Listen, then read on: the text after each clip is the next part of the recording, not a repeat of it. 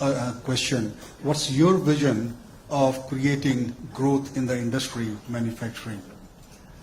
No, I don't see. Again, what I think is not as important as what the large mass of Indian people think, right?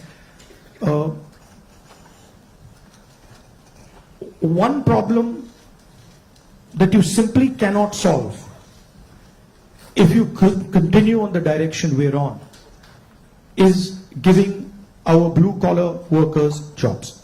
You simply, if you carry on this road, you simply cannot do that, right?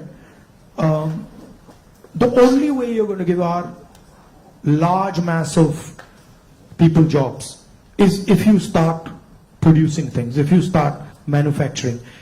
And the foundation of manufacturing, you don't just start manufacturing cell phones, right? It is a sequence, right? So you have to go up the value chain if you want to manufacture. A lot of people say, oh no, you can manufacture cell phones directly. Well, cell phones are not being manufactured in India. Cell phones are being assembled in India. It's a different thing. Meaning components are coming from China and those components are being assembled in India, right? The reason China can develop those components is because they have a huge infrastructure that has manufactured many different things, many different types of things before. So you cannot get away from that basic stuff. And I think you have to have a vision for production. For example, our GST is designed against production. It rewards consumption, it punishes production. States that produce are harmed, right? Large monopolies, huge monopolies, harm production, right? They influence the policy regime so that players cannot produce. So these are some of the things that you would have to look at if you want India to start producing. I'm convinced India can produce with no problem.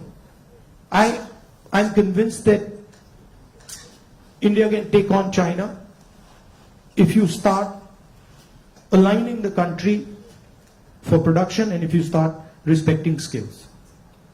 I'm absolutely convinced of it. And states like Tamil Nadu have already shown it. Right? It's not that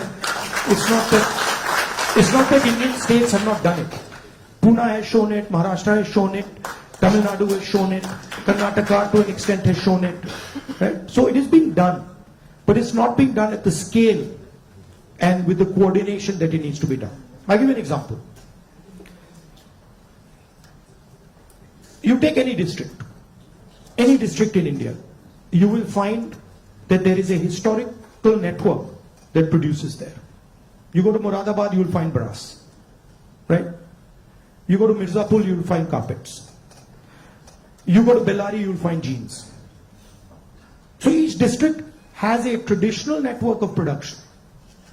Now, how much support are those people getting? You want to create a brass industry, create it in Moradabad.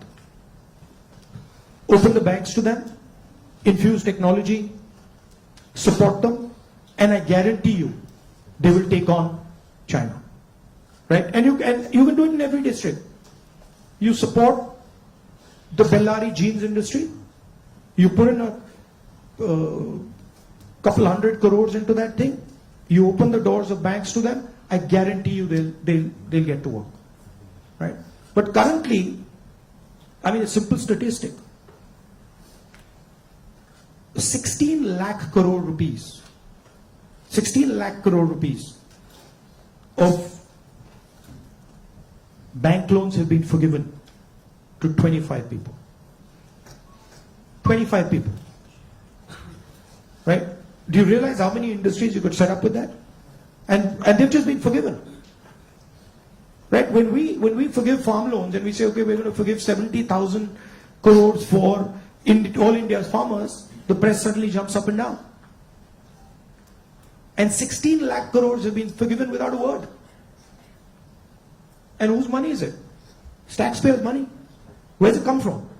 It's come from your pockets. So why should 20 people get this massive free gift? Why should one person, suddenly have all the ports, all the airports, all the defense contracts? What is happening when you do that? You're taking away money from people.